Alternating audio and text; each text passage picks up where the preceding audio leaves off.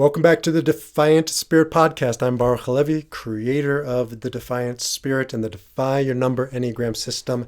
So if you are just joining us, the Enneagram, ancient personality, energetic roadmap to how to live what my teacher and mentor, Dr. Viktor Frankl, calls the defiant power of your spirit.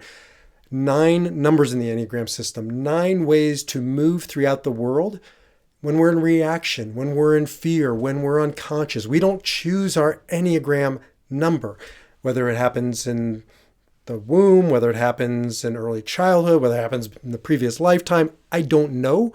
I don't care.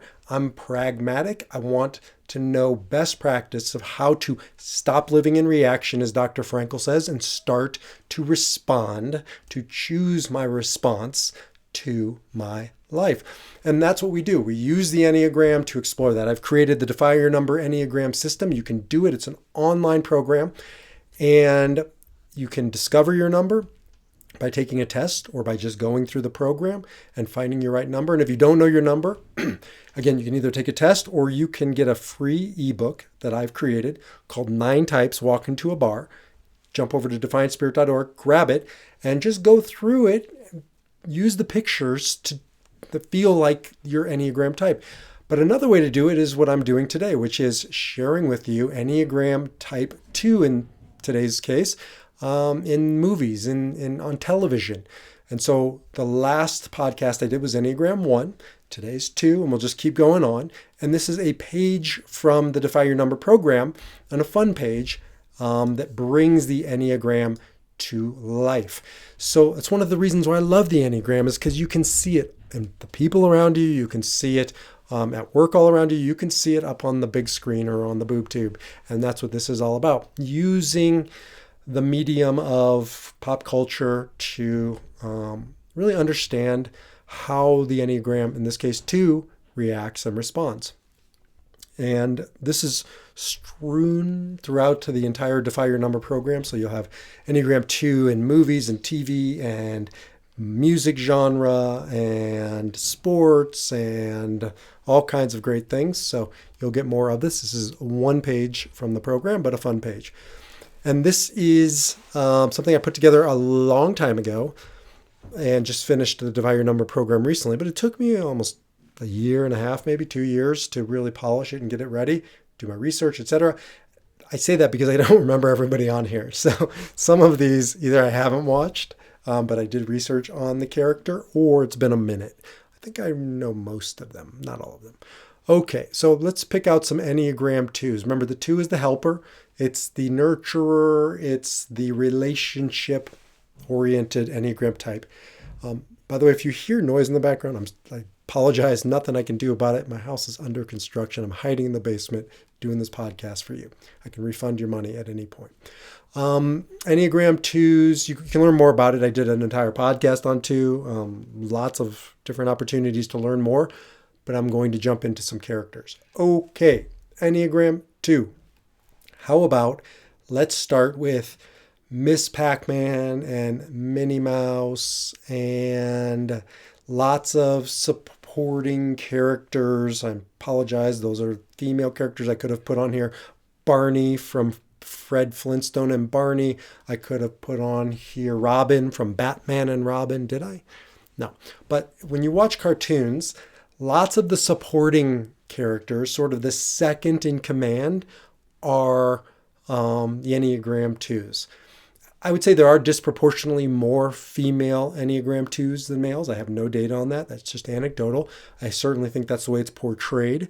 There's both societal reasons around that. I also think that there's organic reasons around that, natural reasons. I don't think it's a bad thing. I think a supporting role can be a good thing, unless there's no room for being the primary role, or, opportunities aren't provided. So our society certainly for a long time pushed women disproportionately into the role of the nurturer, the stay-at-home mom, the non-breadwinner. And there's a lot of factors. I don't want to get into the socioeconomic, political, feminist issues around that. Worthy conversations. I'm just telling it like it is. And I talked to particularly women over the age of 70 who I work with who, confirm what and I know, and that is that, up until a certain point, they really weren't given that many other opportunities than two-ish roles in their life, and now they have opportunities. I still think it's disproportionately female to male, but there are many male twos, and there are many females who, are not twos. Okay, but I think I'm just saying that because I notice how many females are in here, although there's quite a few males. At any rate, supporting characters like Robin again and Fred and Miss Pac-Man and Minnie Mouse, they are supportive. They're nurturing. They sort of soften the supporting person, and I see that too in real life. I think that the supporting, whether it's male or female, sort of the stay-at-home partner, the non-dominant personality. Rarely do you have two dominant personalities in a relationship. The non-dominant one usually softens the more dominant one. So I rarely do I see two twos in marriage. I'll see a 2 and I'll see an 8, or a 2 and a 6. But I don't know if I've ever met two twos who are married. Maybe it's a thing. Haven't experienced that. They usually are a supporting role. Now, twos can be in a lead role, but they're not the type to push their way into it. And sometimes they're the type that defers it or doesn't want it and pushes it away. That can be both out of response because they know that they want to play a supporting role. They want best supporting actress, and that's their jam. That's where they're at their best.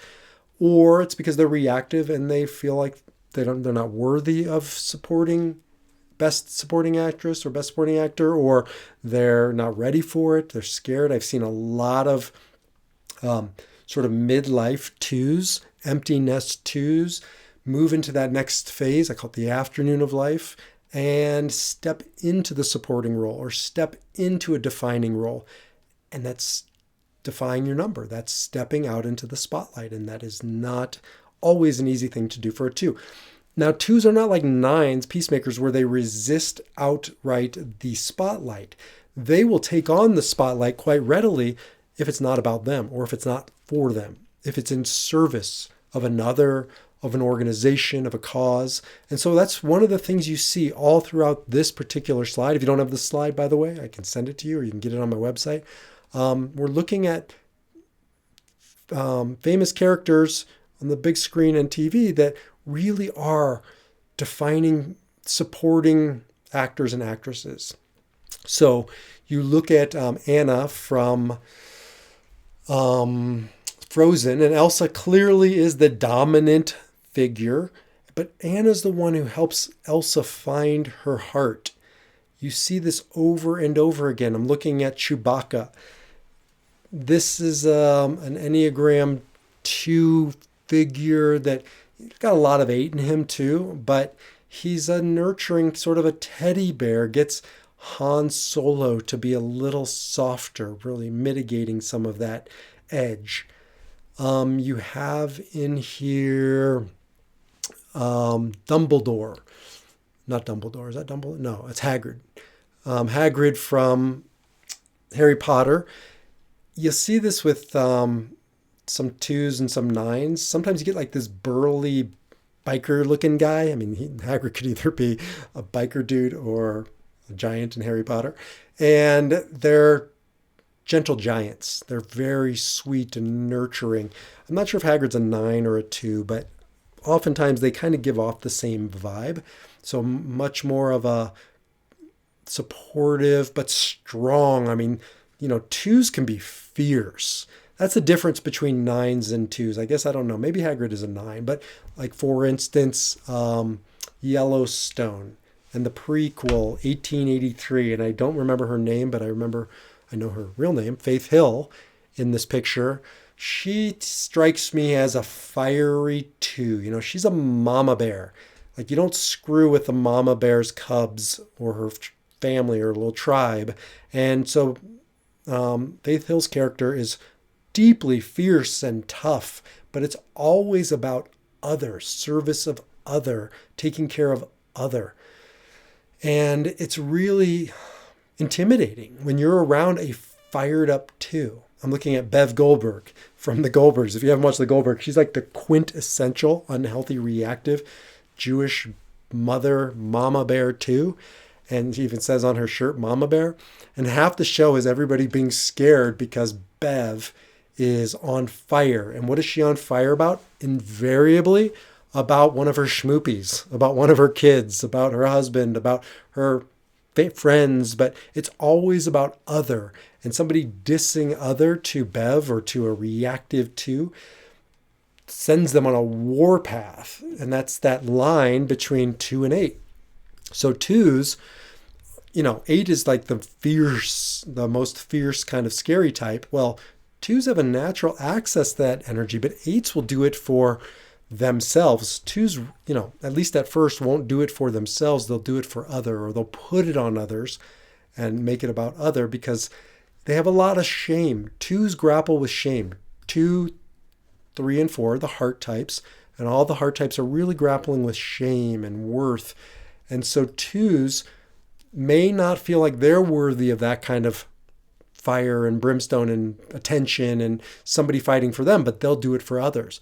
Now, our work with 2s is to give them to us what they give to them, what they give to us, to anticipate their needs, to know that they have needs, to know they have a very hard time getting in touch with their needs, and to give to them without being asked. But the work of 2s is to realize they do have needs.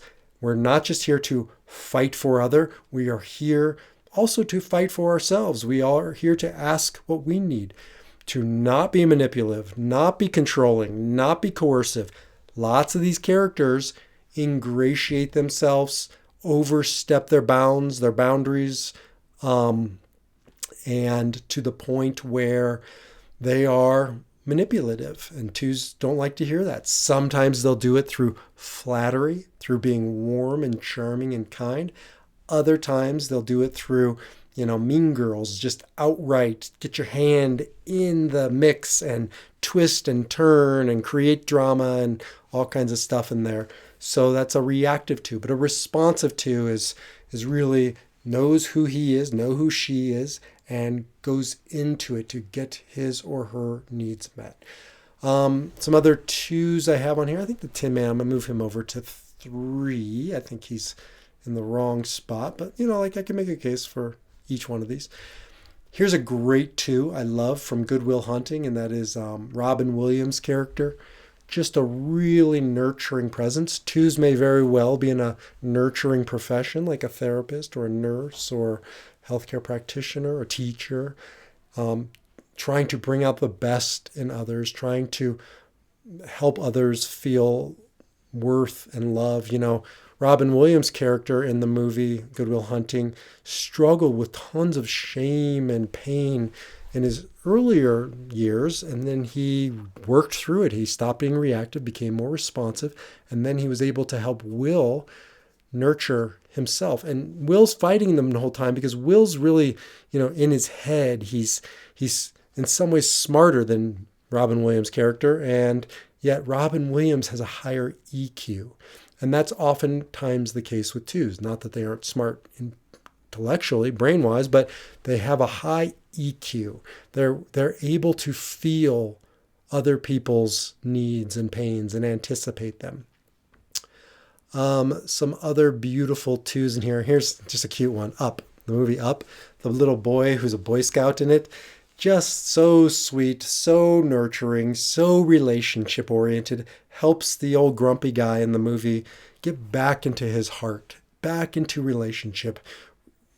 Einstein, essentially said something to the effect that all of the purpose of human life is to be in relationship, to serve one another. And this was coming from a non-2.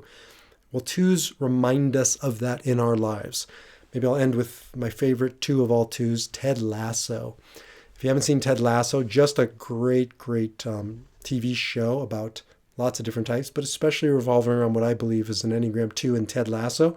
I did a whole podcast on it, so go listen to the Ted Lasso podcast. But Ted there's an optimism with 2s. They see the best in people, in situations, especially around people, and so they can bring out the best in people. Ted, the entire series, is struggling with his own demons, his own brokenness, his own disconnected feelings. He doesn't know his feelings. Twos tend to know other people's feelings better than their own. And so Ted's work is really to get back to his heart and get his needs met, and stop tending to the needs only of others. Now, no two is going to ever stop. Ain't going to happen. But it can be a healthier balance between, their needs and tending to themselves and the needs of others and tending to others in need. And so just this really strong, powerful, but gentle figure in Ted Lasso. Never, never that kind of in your face, tough guy. It's much softer. It's much more of nurturing and helpful type of leadership and strength. I love that too, because I do see that in a lot of two men that I work with. I have at least 2 or 3 guys that I work with who are twos, and it's helping them own that as masculinity. Now, I hate this stupid conversation that's going around, toxic masculinity. I don't think it's true. I think that that's not masculinity. I mean, I guess that's what we mean by toxic. Masculinity is there's a strength, and that strength can come through as an 8, more of a warrior type, fighting soldier, but it can come through as a 2, as a nurturing dad who sticks around and tends to his responsibilities and opens his heart. Like, that's masculinity too. And so, having a very powerful, positive 2 protagonist it's a great thing to see, because you don't often see it in television. Usually we turn the men into a different type, and that's part of defying stereotypes, and owning our number, going to the high side of our number. So lots of good stuff, good examples here. I encourage you to go watch some of these to really explore and challenge. I'm not saying that this is rocket science. I can hear a case for many of these examples being in a different Enneagram type. I do think a couple of them are mistaken. You can point that out. You can find them. Happy to rearrange this. I do think by and large it gives you the 2 vibe, and it's helpful on your journey of discovering your number so that you can defy your number and help those in your life discover and defy their number. Again, jump over to defiantspirit.org, where you can get the ebook, 9 Types Walk Into a Bar to Discover and Defy Your Number. You can take the test with me, or you can just jump into the Defy Your Number Enneagram program, which I'm happy to offer you. Until the next time, defy your number and live your spirit.